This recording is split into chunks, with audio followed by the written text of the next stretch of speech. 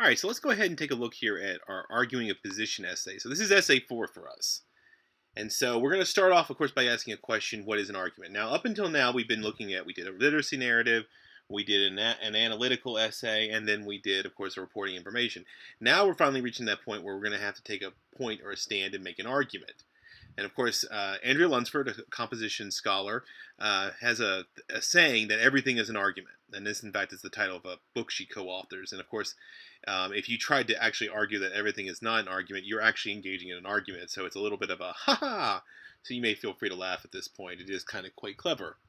Of course, but our textbook, which our textbook in particular points out, is that everything you say or do presents some kind of argument, takes some kind of position. So whether you're making a justification or an evaluation of something, or whether you're simply wanting to decide what restaurant to go to the evening with your spouse or significant other, in a sense, you're making an argument of sorts. It's not all about yelling matches. In fact, it even says here to go on, it says that arguable things that position is arguable, people of goodwill, so it doesn't mean that we're shouting at each other or being disrespectful, can agree or disagree with them and present reasons and evidence to support their positions. This is what argument is supposed to be about. It's kind of what we might consider in the popular parlance of being debate.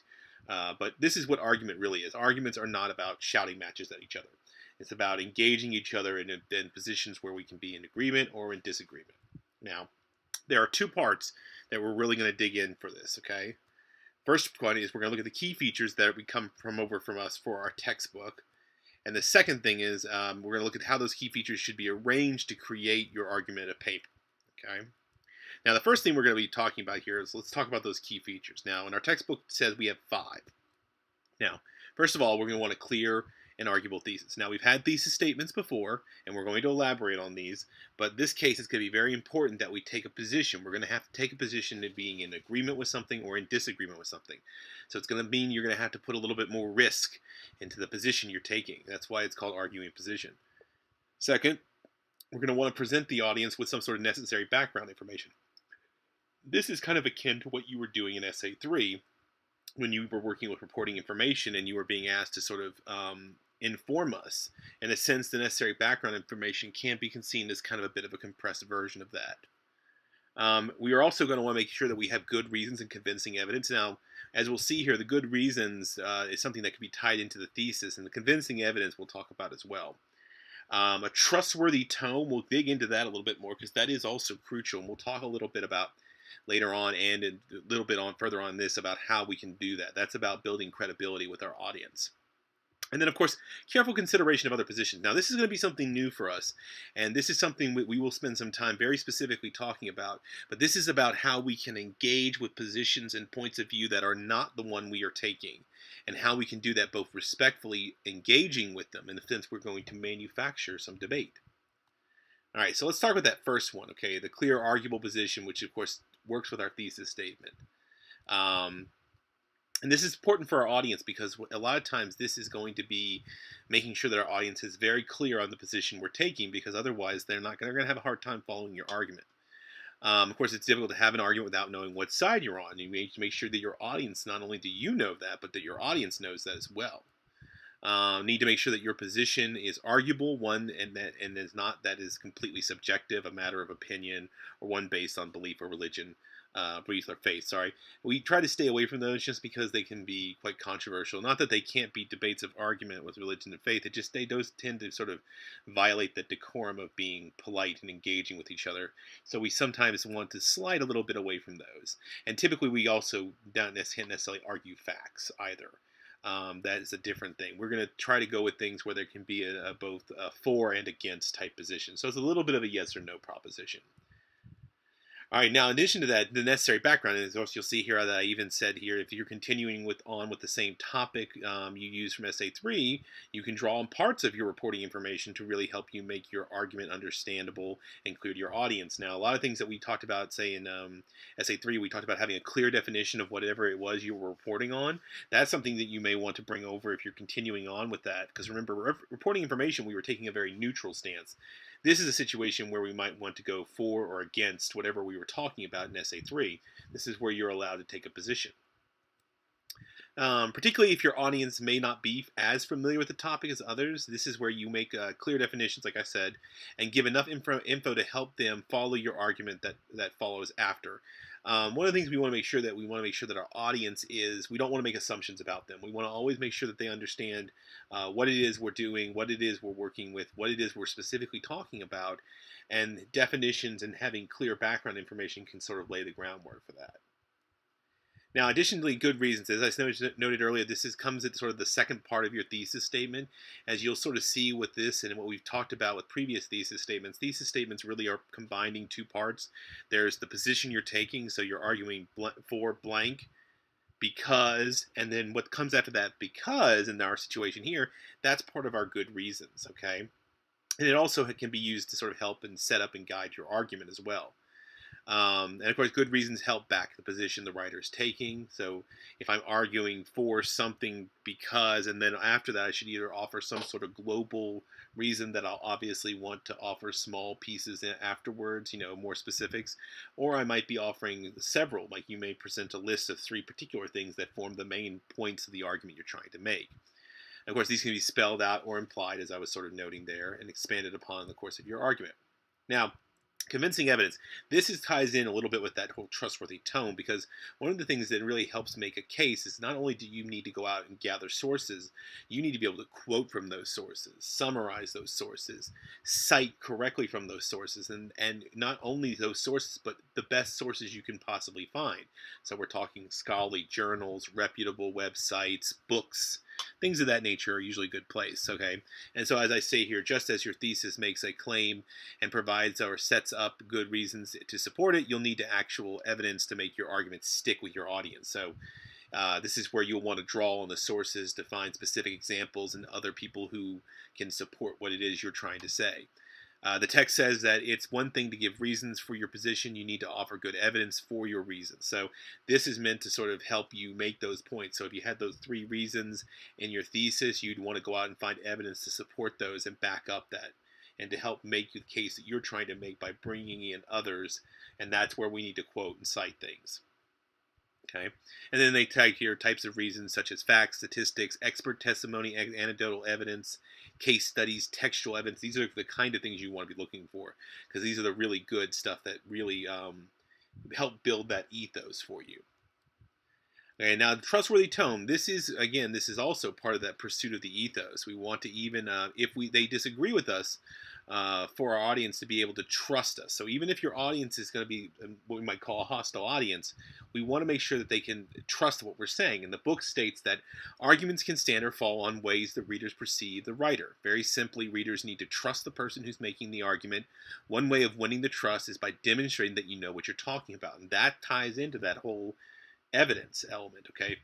Pulling in good sources and citing good material helps in the building of that trustworthy tone, and then it helps build confidence in your audience that you are coming at this as, not hyper biased one way or the other, but you're trying to make a good case.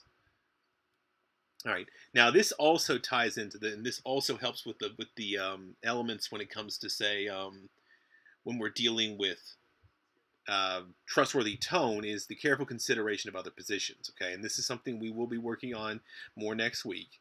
All right, we always have to be aware of, and it helps to demonstrate this, that there are more than one way to look at a situation under debate. The book points out that no matter how reasonable and careful you are in arguing your position, others may disagree or offer counterarguments or hold other positions. We need to consider those other views and acknowledge, and if possible, refute them in our written argument. So one of the things we're going to add to this paper that might be new for some of you is we're going to specifically try to go out there and consider what are some potential oppositional points of view. Now, the easiest one to start with is to simply invert your own thesis statement.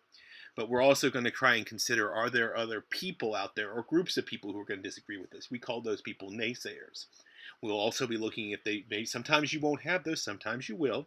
We'll also want to consider, are there people, other possible options for us that we want to make sure that we acknowledge and point out to our audience to show that, yes, we did consider these things, but the one we chose is still the stronger, the better one. And then finally, we'll Also, and sometimes you won't maybe necessarily always have some of those either, but if you don't, you sometimes may just simply want to ask questions that you think your reader might have. You might want to bring up anticipation. But as I said, this is something we'll go into far more detail about coming forward because it is a quite new thing. All right, this moves on to our second part. So once we have all these sort of key features, we need to make sure that we consider how we're going to arrange this. Now, one of the things I want to bring to your attention is that we are using what is known as the classical argument model. Okay, of course, by classical here we mean ancient, and this model does date back to the rhetoric and argumentation in ancient Greece and ancient Rome. Okay, and the classical model has the following components, and so these will be essentially tie in, and some of these do tie into our key features. So of course we have the introduction, and of course that will end with our thesis statement. Okay, background information, we just talked about that as a key feature. We will then present our argument. Now this will be the largest section of our essay. Counter argument, this is where we will carefully consider other points of view, and then we will conclude. Now the largest thing and the thing we're focused on the most will be that argument section. Okay, we will be making the primary amount of our time and effort and bulk of our paper will focus on making that argument because that's our job. Now when we get to the counter argument, and again we'll elaborate on this some more, there will be talk about how we can turn discussions about positions that are in disagreement with us back to our advantage, and in a sense come back to the idea of helping us present our argument or reinforce our argument. And of course, here's my nice illustration of me. So let me illustrate this for you guys. So, and I will post this separately for you guys as well at some time. Here's a nice little workup I did, borrowing from Edward Corbett's Classical Rhetoric for the Modern Student. And of course, he recounts the 5 classical parts of the argumentation as having 5 parts, what I just said. So the introduction, what they call the explanation, the argument, the counter-argument or refutation, and the conclusion. And then, of course, on the far left-hand side, the exordium, the narratio, the confirmation, the refutatio, and the pertratatio are the Latin terms for this that he borrows from. Now, and so I go on here, and what I've laid out here is I've laid out some more information, and I want you to sort of note that I have 2 parallel sides here. On the left-hand column, if you follow it down, I do the Corbett definitions, and on the right-hand side, I've got the arrangement, and I give some breakdown, and of course, I also provide you with sort of rough idea of the length. So you'll see the exordium on the left-hand side, and on the right-hand side, you'll see introduction. And I say for you, this is about introducing your audience generally to what is under discussion. The paper provide the audience at the end with a clear thesis, 1 paragraph. And then underneath that, before we move on to the background, I also borrow from Corbett to offer some 5 different potential ways to begin an introduction. He says introduction is inquisition, where does history repeat itself? This is where you can ask a question as a way of starting it. Paradoxical, corrective, preparatory, and then narrative, recounting an anecdote. So there are different ways to get into this, and this is something we'll work on to get moving on here. And then, of course, going down here, I talk about the background. We're looking for 1 to 2 paragraphs. I'm really thinking 2 would be good. Then this is about making us familiar with the things we need to know in order to follow along. And then this goes on here, and I have your argument. I noticed that I put 8 to 12 paragraphs. Now, the 8 to 12 is a rough thing, but you'll notice that I want you to compare that very specifically to the counter argument underneath it. That's only 2 to 3 paragraphs. So again, the larger side of this is going to be focused on making our argument, okay? And of course, I do note that this number varies, and I do make a point of noting that with the 2 to 3 paragraphs, this section will be smaller than your argument section, okay? So this is kind of giving you guys a little bit of an idea of how this is going to work in layout-wise, okay? So going forward, what we're going to do, and this is a combination of our key features mixed in place in our argumentation model will create our essay for arguing a position paper.